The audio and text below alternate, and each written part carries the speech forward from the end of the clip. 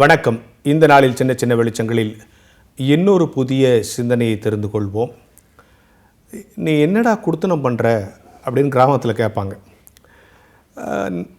இங்கே நாகரிகமான உலகத்தில் நீ என்ன வாழ்க்கை வாழ்கிற, நீ தரமான வாழ்க்கை வாழ்கிறியா, குவாலிட்டியான லைஃப் உனக்கு இருக்கா அப்படின்னு சில நேரங்களில் பேச்சு சண்டையில் கேட்பாங்கல்ல. மனிதன் வாழ வேண்டும், அந்த வாழ்க்கை எப்படி இருக்க வேண்டும், ஒரு விலங்கு வாழ்க்கை மாதிரி இருக்கக்கூடாது. விலங்கு வாழ்க்கைங்கிறது நோக்கம் இல்லாத வாழ்க்கை. அதான் கிராமத்தில் ஒரு பழமொழி சொல்லுவாங்கள்ல, நாய்க்கு வேலை இல்லை நிற்க நேரம் இல்லை. நாய் பார்த்திங்கன்னா திடீர்னு அங்கேருந்து அங்கே ஓடும், அப்புறம் அங்கே ஓடும், அங்கே ஓடும், அங்கே ஓடும், திருப்பி இங்கே படுக்கும், திருப்பி அங்கே ஓடும். இதெல்லாம் ஒரு பர்பஸ்லெஸ் வாக் இல்லையா? எதுக்கு போகிறதுன்னு தெரியாது, திடீர்னு அங்கே போவோம், அப்புறம் இங்கே வரும். இப்படி தான் விலங்குகள் நோக்கம் இல்லாமல் அலையும். ஆனால் மனிதன் அப்படி வாழக்கூடாது.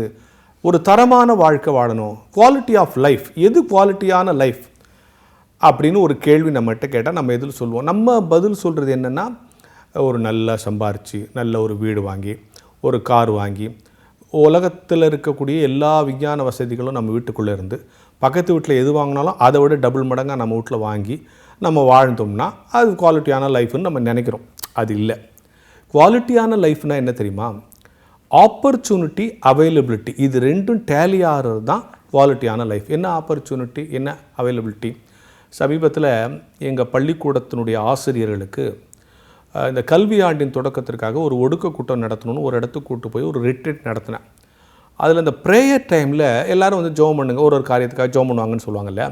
இப்போ ஒரு ஆசிரியை இப்படி ஜெபத்தை தொடங்கினாங்க. கடவுளே, எங்களுக்கு கொடுத்த இந்த வாழ்க்கைக்கு நன்றி.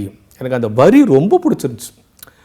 எனக்கு கொடுத்த வேலைக்கு நன்றி, எனக்கு கொடுத்த மனைவிக்கு நன்றி, எனக்கு கொடுத்த குழந்தைங்களுக்கு நன்றி, எனக்கு கொடுத்த வீடுக்கு நன்றி. முதல்ல எனக்கு கொடுத்த வாழ்க்கைக்கு நன்றி. இந்த வாழ்க்கை இருக்க, இது ஒரு ஆப்பர்ச்சுனிட்டி, கடவுளால் கொடுக்கப்பட்டிருக்கிற ஆப்பர்ச்சுனிட்டி. முதல்ல இந்த வாழ்க்கை கடவுளால் கொடுக்கப்பட்டது, எனக்கு கொடுத்துருக்கிற ஒரு ஆப்பர்ச்சுனிட்டி. வாழ்வது ஒரு முறை வாழ்த்தட்டும் தலைமுறைலாம் கவிதையில் சொல்கிறாங்கல்ல. இந்த உலகத்தில் உன்னை வாழ அலோவ் பண்ணிட்டார். எப்படி மனுஷனா, ஒரு நாயாவோ ஒரு பூனையாவோ ஒரு மீனாவோ ஒரு குரங்காவோ என்னை வாழ வைக்காமல் மனுஷனாக வாழ்க்கை கொடுத்தா. இது ஒரு பெரிய ஆப்பர்ச்சுனிட்டி. இந்த ஆப்பர்ச்சுனிட்டியில் நான் என்ன பண்ணணும்? இப்போ முதல்ல இது ஆப்பர்ச்சுனிட்டி, கடவுளால் எனக்கு கொடுக்கப்பட்ட ஆப்பர்ச்சுனிட்டிங்கிறத நான் உணரணும். குவாலிட்டி லைஃப்பில் முதல் stage, it is the opportunity given by God. சரியா? ரெண்டாவது, என்னுடைய அவைலபிலிட்டியை நான் ப்ரூவ் பண்ணி ஆகணும்.